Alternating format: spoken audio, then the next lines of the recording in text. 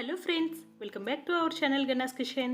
ఇవాల్టి వీడియోలో నోట్లో వేసుకుంటే వెన్నెలా కరిగిపోయే రవ్వ కేసరి ఎలా తయారు చేసుకోవాలో చూసేద్దాము. ఒక్కసారి ఈ కొలతలతో చేసి చూడండి. చాలా టేస్టీగా చాలా పర్ఫెక్ట్గా వస్తుంది. ఇది చల్లారక కూడా గట్టిపడకుండా చాలా బాగుంటుందండి.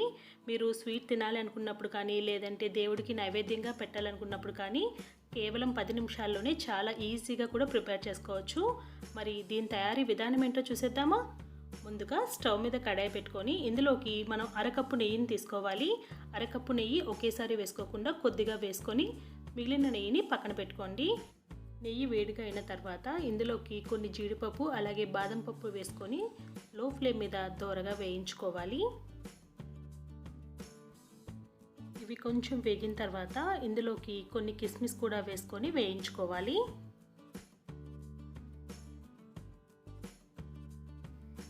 జీడిపప్పు, కిస్మిస్, బాదం అన్నిలా చక్కగా వేగాక వీటిని ఒక బౌల్లోకి తీసుకొని పక్కన పెట్టేసుకోండి.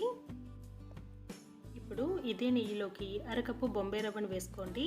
మనం ఇలా అన్నీ ఒకే కప్పుతో మెజర్ చేసుకోవాలి. ఏ కప్పుతో అయితే బొంబాయి రవ్వ తీసుకుంటామో అదే కప్పుతో నెయ్యి కూడా తీసుకోవాలి. అప్పుడే హల్వా పర్ఫెక్ట్గా నోట్లో వేసుకుంటే వెన్నెలా కరిగిపోతుంది. ఇప్పుడు ఈ రవ్వని లో ఫ్లేమ్ మీద పెట్టుకొని దోరగా గోధుమ రంగులోకి వచ్చేంత వరకు వేయించుకోవాలి. ఈ రవ్వని మనం ఎంత బాగా వేయిస్తామో ఈ హల్వా ఉండలు కట్టుకుంటా అంత బాగా వస్తుంది. ఒకవైపు రవ్వ వేగుతుంది, మరోవైపు మనం ఏ కప్పుతో అయితే రవ్వ తీసుకున్నామో అదే కప్పుతో 4 కప్పుల నీళ్లు తీసుకొని మరిగించుకోవాలి. మనం ఇక్కడ అరకప్పు రవ్వని తీసుకున్నాం కనుక 2 కప్పుల నీళ్లు తీసుకుంటే సరిపోతుంది. ఈ నీళ్ళని స్టవ్ మీద పెట్టుకొని బాగా మరిగించుకోవాలి. ఇంకోవైపు రవ్వని కూడా మధ్య మధ్యలో కలుపుకుంటూ ఉండాలండి, లేదంటే రవ్వ మాడిపోతుంది, హల్వా టేస్ట్ అంతగా బాగుండదు. నీళ్ళు ఈ విధంగా మనకి మరగడం స్టార్ట్ అయిన తర్వాత ఇప్పుడు మంటని లో ఫ్లేమ్ మీద పెట్టుకోండి. ఇంకోవైపు చూసారా, రవ్వ కూడా చక్కగా వేగిపోయింది. మనకి ఈ విధంగా గోధుమ రంగులోకి వచ్చేంత వరకు వేయించుకుంటే సరిపోతుందండి. ఇప్పుడు ఇందులోకి మనం మరిగించుకున్న నీళ్ళని వేసుకోవాలి. ఇలా నీళ్ళన్నీ వేసేసుకున్నాక గరిటెతో కలుపుకుంటూ దగ్గర పడనివ్వాలి.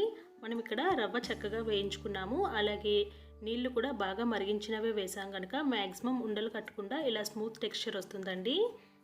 మంటని లో టు మీడియం ఫ్లేమ్ మీద పెట్టుకొని దగ్గర పడేంత వరకు ఉడికించుకోవాలి. ఇది చాలా త్వరగా ఒక 5 నిమిషాల్లోనే ఉడికిపోతుంది.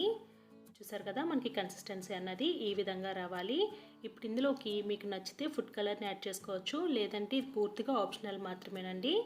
నేను ఇక్కడ 3-4 డ్రాప్స్ ఆరెంజ్ రెడ్ ఫుడ్ కలర్ని యాడ్ చేశాను. ఇదంతా కలిసే విధంగా ఒకసారి చక్కగా కలుపుకోండి. ఇలా అంతా కలుపుకున్నాక ఇప్పుడు 1 కప్పు రవ్వ తీసుకుంటే 2 కప్పుల పంచదారను వేసుకోవాలి. మనం అరకప్పు రవ్వ తీసుకున్నాం కనుక 1 కప్పు పంచదార వేసుకుంటే సరిపోతుంది. అలాగే కొద్దిగా కుంకుమ పువ్వుని వేడి నీటిలో నానబెట్టి వేస్తున్నానండి.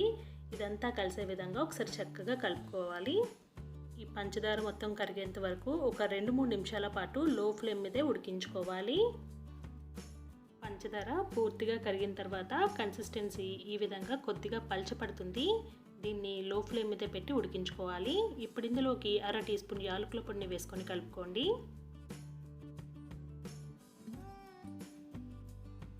ఇంకా ఇందులోకి మనం ముందుగా అరకప్పు నెయ్యిలో కొద్దిగా నెయ్యిని మిగిల్చుకున్నాం కదా, ఆ నెయ్యిని కూడా వేసుకొని కలుపుకోవాలి. నెయ్యి వేసి ఒకసారి కలుపుకుంటే సరిపోతుందండి, ఎక్కువసేపు ఉడికించాల్సిన అవసరం లేదు. ఇప్పుడు ఇందులోకి మనం ముందుగా వేయించుకున్న డ్రై ఫ్రూట్స్ని కూడా వేసుకొని కలుపుకొని స్టవ్ ఆఫ్ చేసుకోవాలి. చూడండి, కన్సిస్టెన్సీ వేడి మీద ఇలా పల్చగా అనిపిస్తుంది, కానీ చల్లారాక ఇది ఇంకాస్త చిక్కపడుతుంది.